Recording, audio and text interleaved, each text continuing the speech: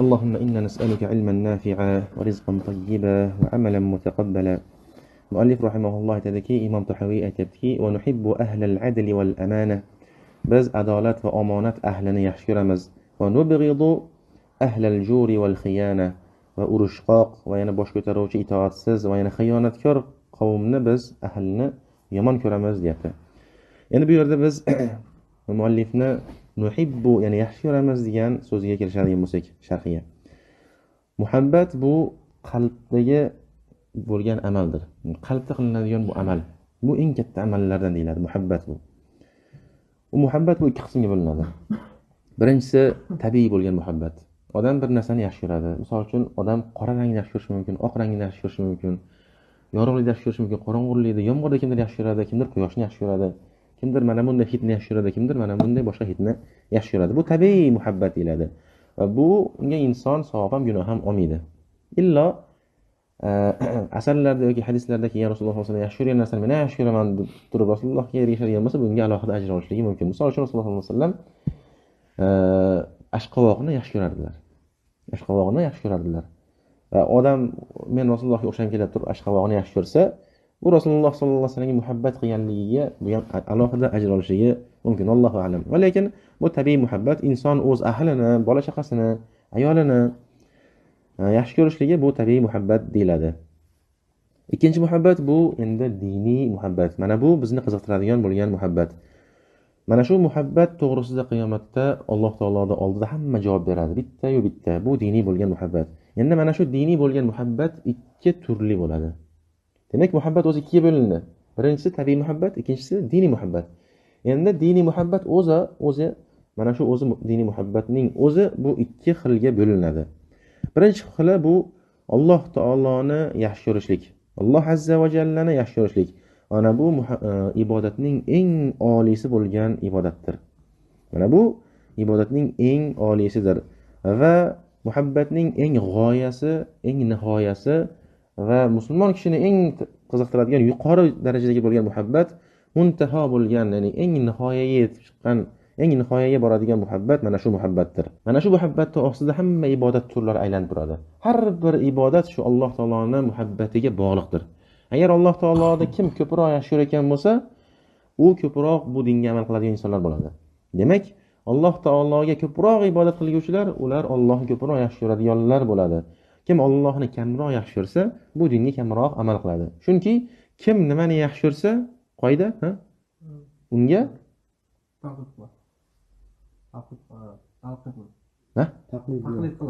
taqlid degan birovlar qasdiga uyushlik. Kim nimani yaxshi ko'rsa, unga itoat qiladi. Kim nimani yaxshi ko'rsa, unga itoat qiladi. Demak, ko'pchilik xotinlarga itoat qilayotgan bo'lsa, demak unga yaxshi ko'rgan bo'ladi, maşalloh. Demak, kim nimani ko'proq yaxshi ko'rayotgan bo'lsa, unga ko'proq itoat qilayotgan. Kim nimaga itoat qilayotgan bo'lsa, uni ko'proq yaxshi ko'rayotgan bo'ladi. Xuddi shunga o'xshab qo'rquv shunaqa. Kim nimadan ko'proq qo'rqadigan bo'lsa, unga ko'proq bo'yinsunadi, unga itoat qiladi, aytganini qiladi. Shuning uchun muhabbat bilan qo'rquv doim birga bo'ladi, doim. Muhabbat bilan qo'rquv yoki umid bilan qo'rquv doim birga bo'lsa, ana shu narsa sababidan, ana shu narsaning ta'siridan odam harakatga keladi. Xuddi shunga o'xshab eng katta insonni harakatga keltiruvchi narsa bu muhabbatdir. Nimaga odam muhabbat qiladigan bo'lsa, ana shuni yo'lida ko'proq intilaveradi, ana shuni yo'lida ko'proq u borini sarflayveradi, vaqtini ham, molini ham ayamaydi. Mashinaga erishish uchun inson vaqtini ayamasdan pul topadi, jonni xatarga qo'yib turib chetlarga chiqadi, safarlarga chiqadi. Ana shu mashinaga erishishlik uchun bor butuni tikib, ajrab turib, vaqtlardan kechadi, juhd qiladi, unga ter to'kadi va unga erishadi. Uylanishlik uchun, uy solishlik uchun, uy qurishlik uchun odam intiladi va ter to'kadi va unga oxir erishadi. Endi valillahil masalul a'la. Allohga roziligiga, Allohni topishlikka, Allohga erishishlik uchun unga ham eng katta muhabbatning turi kerak bo'ladi. Mana bu turda endi diniy muhabbat turida biror bir kimsa yoki narsa Alloh bilan birga teng sevilishligi shirk bo'ladi, harom bo'ladi. Mutlaqo joiz emas. Aytdik, tabiiy muhabbat bu joiz. Tabiiy muhabbat inson nimaniki ko'ngli tutadigan bo'lsa, din mavzularida emas, tabiat mavzusida xohlagan yaxshi ko'rsin, xohlagancha. Xohlagan narsasini yaxshi ko'rsin. Ayollarni yaxshi ko'rsin, xohlasa ularga uylansin. Xohlasa mashinalarni yaxshi ko'rsin, mayli, ularga erishib minaversin, mayli. Va lekin e'tiqod masalasida, din masalasida Alloh bilan birgalikda hech narsa yaxshi ko'rilib bo'lmaydi, joiz emas. Alloh taolo mana bunday kimsalarni mazammatlaydi. Baqara surasining 150 yoki 165-oyatida. Va minan nasi man yattaxizu min dunillahi andada yuhibbunahum ka hubbillah. Va insonlarning ichida Allohga shunday o'xshashliklarni qilib oladiganlar, ularni ushlab oladiganlar borki, ular Allohni yaxshi ko'rganlaridek ularni yaxshi ko'radilar deydi. Allohni yaxshi ko'rgandek ularga itoat qiladilar, Allohni yaxshi ko'rganda ularga muhabbat qo'yadilar. Mana bu muhabbat borasidagi shirk bo'ladi va bu ibodatning eng katta turidir muhabbat. Shuning uchun Alloh taolo aytganki, orqasidan aytadiki, vallazina amanu ashaddu hubban lillah. 165-oyatda o'zida aytadiki, davomida va iymon keltirganlar esa Allohni yaxshi ko'rishlik borasida ular shiddatlidir. Allohni o'ta ham yaxshi ko'radilar. Shuning uchun ham qaranglar, mu'minlar faqatgina Allohni yaxshi ko'radilar va ularning muhabbatlari mana bu mushriklar muhabbatdan shiddatliroq bo'ladi. Buni Alloh taolo o'zi isbotlab qo'ydi. Chunki tarixga qaraydigan bo'lsak, qanchadan qancha but sanamga sig'inadiganlar dinidan qaytaveradilar. Dindan qaytaveradi. Nimaga ular muhabbat hech narsa emasda? Misol uchun Amr ibn al-Jamuh radhiyallohu anhu. U injiq mahkam o'zini mazhabida tura oladigan, o'zini gapida mahkam tura oladigan kishilardan bo'ladi. Yoshi katta, ulkan, oqsoqol bo'ladi. Mahkam bo'ladi, o'zini e'tiqodida, o'zini gapida mahkam turib olgan injiq kishilardan bo'ladi. Mana shuni butlariga sig'inayotganda bolalari hech da'vat qilib turib, ana shu but sanam mushrik dinidan islom diniga qaytarish olmaydi, islom diniga keltirish olmaydi. Shuncha harakat qilishadi ham, lekin keltirish olmaydi. Va lekin ular ana shu butini borib axlat tashlashadi. Ikkita o'g'li kelib turib, aka o'g'li kelib turib, otasini sig'inayotgan butini axlatxonaga tashlab yuborishadi. Shunday kelsa, buti yo'q, ya'ni masjid gohiga kelsa, sajda gohiga kelsa, ibodatxonasiga kelsa, uni olihasi yo'q. Endi jahl chiqib turib istab qoladi. Istab qarasam, axlatxonada o'tgan bo'ladi.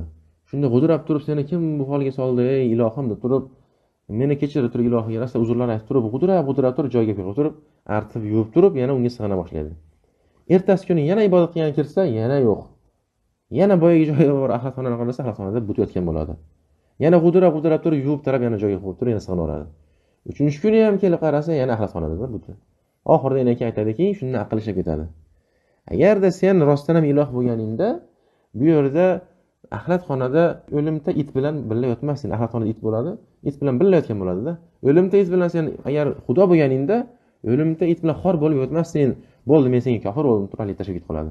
Shuning uchun ham musulmonlar hech qachon dinini undan tashlab olmaydi. Lekin mushriklar o'z dinida shunday qaytaveradi. Chunki ularning muhabbati, o'z sanamlarga bo'lgan muhabbati chinakam emas. Chinakam emas. Shunda Amr ibn al-Jamuh radhiyallohu anhu ana shu yerda islom diniga kiradi. Ana shu sababdan islom diniga kiradi. Chunki but sanamlarga bo'lgan muhabbat unchalik emas.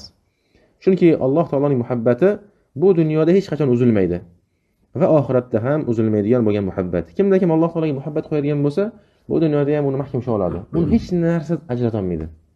Uni o'ldirib yuborasizmi, qamab yuborasizmi, uni taktik bilan yo'q qilib yuborasizmi, qo'rqitasizmi, u Allohga bo'lgan muhabbatni yo'qota olmaydi hech kim. Chunki bu ilohiy bo'lgan muhabbatda, ilohga qo'yilgan muhabbatdir bu. Va u eng qizig'i oxiratda ham bu uzilmaydi. Va lekin Allohdan o'zga sig'iniladigan narsalarga boya aytganimizdek, qo'yilgan muhabbatlar ular bu dunyoda uzilmasa ham, ya'ni kibr bilan men bu muhabbatdan kechimman deb turib voz kechmasdan o'lib ketganlar ham mushriklar, va lekin oxiratda u muhabbat adovatga aylanadi. Alloh taolo uni aytadiki: "Va idza hushiran nasu kanu lahum a'da'a." Va qachonki insonlar yig'ilgach, ya'ni qiyomatda mahshar maydoniga yig'ilgach, ular dushmanga aylanadilar. Va kanu bi'ibadatihim, ularga dushman bo'ladilar. Va kanu bi'ibadatihim kafirin. Va ularga, ya'ni sig'inayotgan ibodatlariga va ma'budlariga, olihalariga, sanamlariga ular kofir bo'ladilar. Ya'ni qiyomatda biz senga bo'ldi, kofir bo'ldi deb turib ular inkor qiladilar. O'z olihalarini, muhabbat qo'ygan olihalarini. Ahqof surasi 6-oyat. Va qala innamattakhaltum min dunillahi awthanan mawaddata baynakum fil hayatid dunya. Thumma yawmal qiyamati yakfuru ba'dukum bi ba'din wa yal'anu ba'dukum ba'da wa ma'wakumun nar. Ankabut surasining 25-oyat aytadiki, ularga aytadi: Allohdan o'ziga iloh qo'yganinglar yoki but sanam qo'yganinglar sizlarni oranglardagi bu muhabbat edi bu dunyoda. Bu dunyoda o'zida bir-birlariga qo'ygan muhabbatinglar edi, oranglarda bo'lgan muhabbat edi u. So'ngra qiyomat kunida sizlar ba'zilarga, ya'ni bir-birlariga kofir bo'lasizlar va ba'zilar ba'zilarni esa la'natlaydi ham. La'nat bo'lsin senga deysizlar hali bir-birlariga qiyomatda. Chunki bu muhabbat qirqilib qoladi u yerda, uziladi. Va sizlarning boradigan joylar, ma'voyinglar, ya'ni boradigan, qoladigan, abadiy qoladigan joylar u o'tdir, ya'ni jahannamdir, deyapti. Bu diniy muhabbatning birinchi turi edi. Yana diniy muhabbatning ikkinchi turi Allohning yo'lida va Alloh uchun muhabbat qo'yishlik. Alloh uchun yaxshi ko'rishlik. Sizni Alloh uchun yaxshi ko'raman deyishlik kabi. Bu Alloh taolo yaxshi ko'rgan narsalarni, solih amallarni yoki Alloh taolo yaxshi ko'rgan shaxslarni yoki makonlarni, vaqtlarni va ya'ni iymon ahli va taqvo ahllarini yaxshi ko'rishlik bo'ladi bu. Bu Alloh uchun yaxshi ko'rishlik va Allohning yo'lida yaxshi ko'rishlik bo'ladi. Bu diniy muhabbatning ikkinchi turi. Alloh taolo aytadiki: Innalloha yuhibbut tawwabina va yuhibbul mutatahhirin. Baqara surasining 222-oyatida aytadiki, albatta Alloh tavba qilguvchilarni va yana poklanguvchilarni yaxshi ko'radi. Innalloha yuhibbul muhsinin. Baqara surasining 195-oyatida albatta Alloh muhsin bandalarini yaxshi ko'radi. Va sen ham uni yaxshi ko'rasan. Inson mana shularni yaxshi ko'rishligi Alloh uchun yaxshi ko'rishlikka kiradi. Allohning yo'lida yaxshi ko'rishlikka kiradi. Chunki Alloh taolo ularni yaxshi ko'radi. Va ularning eng avvallari turadiganlar ular maloikalar va anbiyolar va payg'ambarlar va rasullar va Allohning avliyolari, solih bandalari, do'stlari va jamiki mu'minlar, jamiki mu'min musulmonlar ular Alloh uchun suyuladiganlardir. Alloh uchun ularni yaxshi ko'rishlik bu ibodatdir. Taqvo ahlini, mu'min ahlini siz yaxshi ko'rishga buyurilgansiz, majbursiz bunga yaxshi ko'rishlikka. Yaxshi ko'rmaydigan bo'lsa siz gunohkor bo'lasiz. Va lekin siz kufr ahlini, nifoq ahlini yomon ko'rishlikka yoki fosiqlarni qilayotgan amalini yomon ko'rishlikka buyurilgansiz. Bu ham Alloh uchun yaxshi ko'rishlik va Alloh uchun yomon ko'rishlikka kiradi. Alloh Rasululloh sollallohu alayhi vasallam mana bundaylarni maqtagan. Aytadiki: "Salatun man kunna fihi wujida yoki wajada halawatal iman." 3 ta xislat borki, kimdaki u xislatlar jamlangan bo'lsa, bo'ladigan bo'lsa, ular ana shu 3 xislat bo'ladigan bo'lsa, ana shu kimsa iymon halovatini topib turib, uch xislatdan bittasi biror bir kimsani yaxshi ko'rmaydiki, uni faqat Alloh uchungina yaxshi ko'radi. Ya'ni Alloh uchungina biror bir kimsani yaxshi ko'rgan odam u iymon halovatini topadi. U iymon halovatini topadi. Va tubghadu a'da'ullohi li'anna Alloha yabghuduhum. Va Allohning dushmanlari nafratlanadilar. Chunki Alloh ulardan nafratlanadi. Alloh yomon ko'rganlar, ular yomon ko'riladilar. Mana shu Alloh uchun yaxshi ko'rishlik va Alloh uchun yomon ko'rishlikka kiradi. Va mana bu muhabbat dunyo va oxiratda qolib ketadigan muhabbat. Va Alloh uchun yaxshi ko'rasiz va Allohning yo'lidagina yaxshi ko'rasiz. Buni Alloh taolo Qur'onda aytadiki: "Al-akhillau yawma idhin ba'duhum li ba'din aduwwun illa al-muttaqin." Zuhruf surasining 67-oyatida aytadiki, birodarlar ana shu kunda, qiyomat kunida hammasi bir-biriga dushmanlardir. Kimiki do'st tutilmasin bir-birlariga, hammasi qiyomatda ular bir-biriga dushman bo'ladilar. Deb turib istisno qo'ydi. Magar taqvodorlar dushman bo'lmaydi bir-biriga. Taqvodorlar qiyomat kunida ham bir-birlarini ular yaxshi ko'radi. Bu degani mana bu dunyoda Alloh uchun qo'yilgan muhabbat uzilmay ekan. U dunyoga ham olib qo'yilgan. U dunyoda ham qolagan u muhabbat. Ular ana shu yerda ham bir-birlarini yaxshi ko'radilar va muhabbat qoladilar va hatto ular bir-birlarini shafaat qiladilar. Hadisda keladi. Ular biror bir musulmon bandalar jannatga kirgach, ey Robbimiz, bizni mana bunday solih do'stlarimiz bo'lardi. Ular bizga seni eslatardilar. Ularni ham ey Robbimiz jannatga kirgizib turib, ular jannatga tushmay qolsalar, ularni talab qilardilar. Talab qiladilar va Alloh ularni talablariga xo'p deb turib, ularni jahannamdan olib turib jannatga kirgizib qo'ygan. Bu Alloh uchun va Allohning yo'lida bir-biriga muhabbat qo'yganlarni xoladi. Demak, u dunyoda ham bu muhabbat qirqilib qolmaydi. Va tubghadu ash-shakhsu min ajlillah. Va yana aytganimizdek, Alloh uchun shaxslar yomon ko'riladi. Va laysa min ajli annahu asa ilayk. Endi qarang, birovni yomon ko'riladi, u odam sizni shaxsiyatingizga adovat qo'yganligi uchun emas, sizni haqqingizga jinoyat qo'yganligi uchun emas yoki jur'at qo'yganligi uchun emas, sizni haqqingizni yeb qo'yganligi uchun emas. Shaxsiy adovat uchun bu nafratlanmaydi, balki tabghiduhu li'annahu aduwwun lillah. Chunki u Allohning dushmanligi uchungina yomon ko'riladi. Demak, qarang, sizni birov ursa, uni urganligini yomon ko'rasiz. Va lekin o'zini yomon ko'rishligingiz mumkin emas. Agarda u kim bo'lsa? Namozxon musulmon bo'lsa. Agarda sizni botib ketib qolsa birov, sizni pulingizni yeb qo'yib ketadigan bo'lsa ham, yoki birov aroqxo'r bo'lsa ham, yoki zinokor bo'lsa ham, birov omonatga xiyonat qiluvchi bo'lsa ham, Agarda u namoz o'qigan bo'lsa, uni yomon ko'rishingiz harom sizga. Uni yomon ko'rishingiz mutlaqo joiz emas. Chunki Alloh uchun yomon ko'ramiz deyapti biz. Alloh unaqalarni yaxshi ko'radi deyapti. Chunki mo'min qalbida iymon borlarni Alloh yaxshi ko'radi. U siz haqqingizga qo'ygan uchun yomon ko'rmaysiz. U sizni urib qo'ygan uchun yomon ko'rmaysiz. Va lekin agarda u odam namoz o'qimaydigan bo'lsa, agar u odam yoki mutlaqo u odam kofir bo'ladigan bo'lsa, ming yaxshi odam bo'lsa ham sizni yomon ko'rishingiz shart bo'ladi. Mana shu yerda ko'p aytamiz buni, ko'p gaplarimizni aytganmiz. Musulmonlar kofirlarni ulug'lab oladilar, yaxshi ko'rib oladilar. Ba'zilar aktyorlarni yaxshi ko'rib qoladi. Kinolar, filmlar ko'p ko'rganligidan bosh roldagilarni yaxshi ko'rib qoladilar. Ularga muhabbat qiladi, ularga o'xshab sochlarini tarayadi, ularga o'xshab kiyina boshlaydi. Vaholanki u kofir edi. Mana shu mutlaqo shar'an harom. Alloh yomon ko'rganlarni siz yaxshi ko'rib beryapsiz. Rasululloh sollallohu alayhi vasallam aytganki, 7 ta toifa kimsa bor, ular qiyomat kunida hech qanaqa soya yo'q paytda Allohning arshini soyasida soyalanadiganlar qatoriga keladiganlarni 7 ta toifani bittasi shu toifa ediki, rajulani tahabba fillahi ijtama'a alayhi va tafarraqa alayhi. Imom Buxoriy Muslimda keladi bu hadis. Ikkita kishi borki, Alloh uchun ular tanishib, birodar bo'lib, bir-biriga muhabbat qo'shdilar. Va yana Allohning yo'lida ular jamlanishdilar, Allohni deb ular ajralishdilar.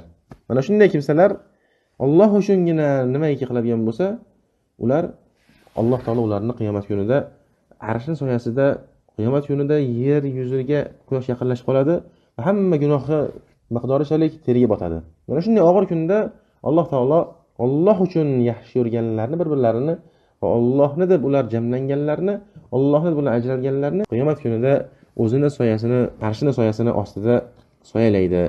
İnşallah keyingi dersimizde mana shuni davom ettiramiz. Allohu a'lam va sallallohu vasallam ala nabiyyina Muhammad. Alhamdulillahi robbil alamin. Assalomu alaykum. نسمات الصبح الآثير تكلمي واروي حديثا مفعما